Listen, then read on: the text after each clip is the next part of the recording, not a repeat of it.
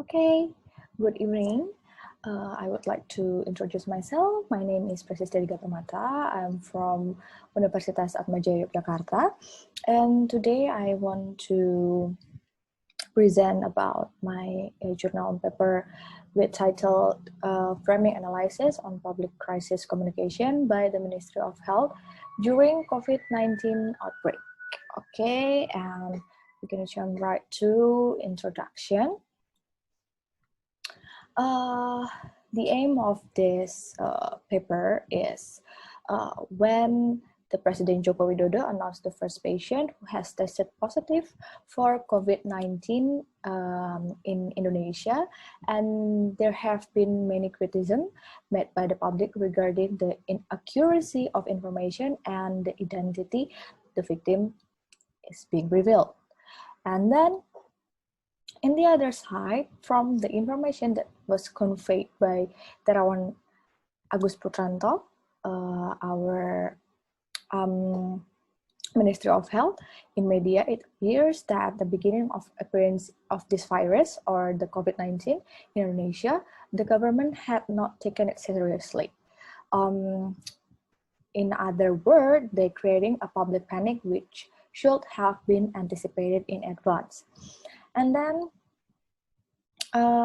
in this research study, the researcher is me use framing analysis on online media coverage of the Ministry of Health communication crisis in responding to COVID-19, especially by the Indonesian Minister of Health, Terawan Agus Putranto, at detik.com and Kumparan with a span of March until April 2020.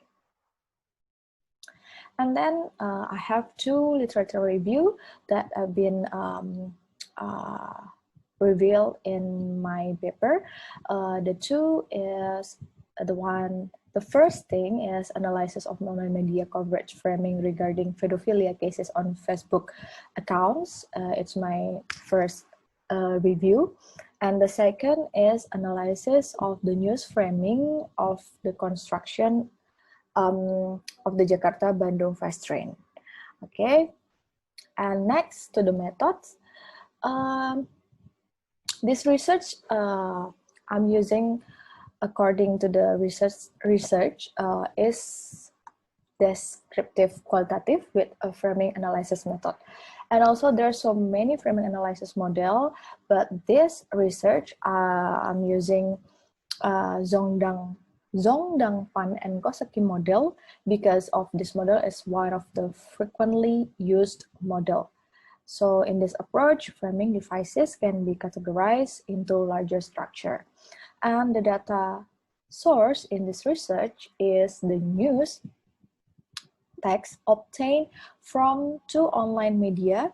There is detik.com and also kumparan.com from March until April 2020. The date limitation on the data collection is intended to make it easier to perform data analysis, and also in the time span is the beginning. Also, the Indonesian government, especially the Minister of Health, Terawan Agus Putranto, announced that the COVID-19 outbreak had entered Indonesia with various kind of information that was conveyed to the public, which caused panic and anxiety. Okay, next, the result and discussion. Since I'm using Kosaki and Zongdang Pan models, so there have been 4 types.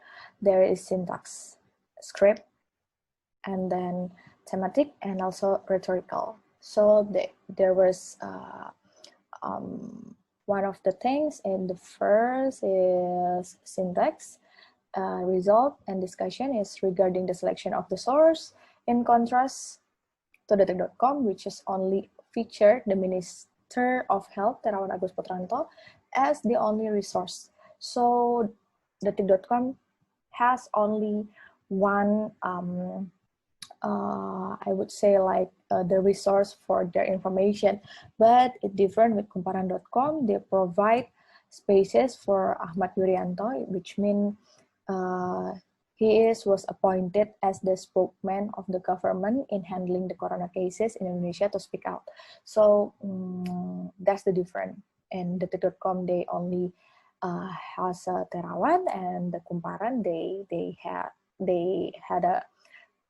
another option. There is Ahmad Yuryanto. And the second thing is the script. In detik.com, they also uses the complete 5W1H elements. However, the Detik focus more on what and how aspect related to how Terawan Agus Putranto tries to ensure that coronavirus is not a terrible virus and should be feared. But the difference with the kumparan.com also implement the same thing, namely applied complete coverage with 5W1H, but they further highlight what and how aspect related to the excitement of the community responding to the corona crisis. So that's the difference. And then the third one is thematic. The difference is the journalists wrote the fact about the news. In the tick, they more detail about corona positive patient with WHO standard, but it was not done by kumparan.com because they only reported the extent to which the positive patient could return home without explaining the procedure that had been carried out by the hospital. And the last one is rhetorical. On the detik.com, the language style that is carried out tends to be careful with the most using formal and detailed language. And the difference with kumparan, they make the news lighter and more relaxed with today's style, and the style of writing news delivery is also more relaxed by using a lot of non-standard languages such as no, I see, the, and so on. And the conclusion is the tick choose to be more natural by displaying additional information in the closing news section. Meanwhile, at the kumparan, the researcher sees that editorial policy leads to lighter news coverage and is adjusted to their readers who have a desire for news that not long-winded and light. Also, the tick is more optimistic using this 4 element, while kumparan has emphasized the attitude and speaking style of Minister of Health Terawan Agus Putranto in responding the existence of COVID-19 in Indonesia, which is considered too underestimating. Okay, thank you. That was my presentation. Thank you for your time. Thank you for your place to given to me, and good evening.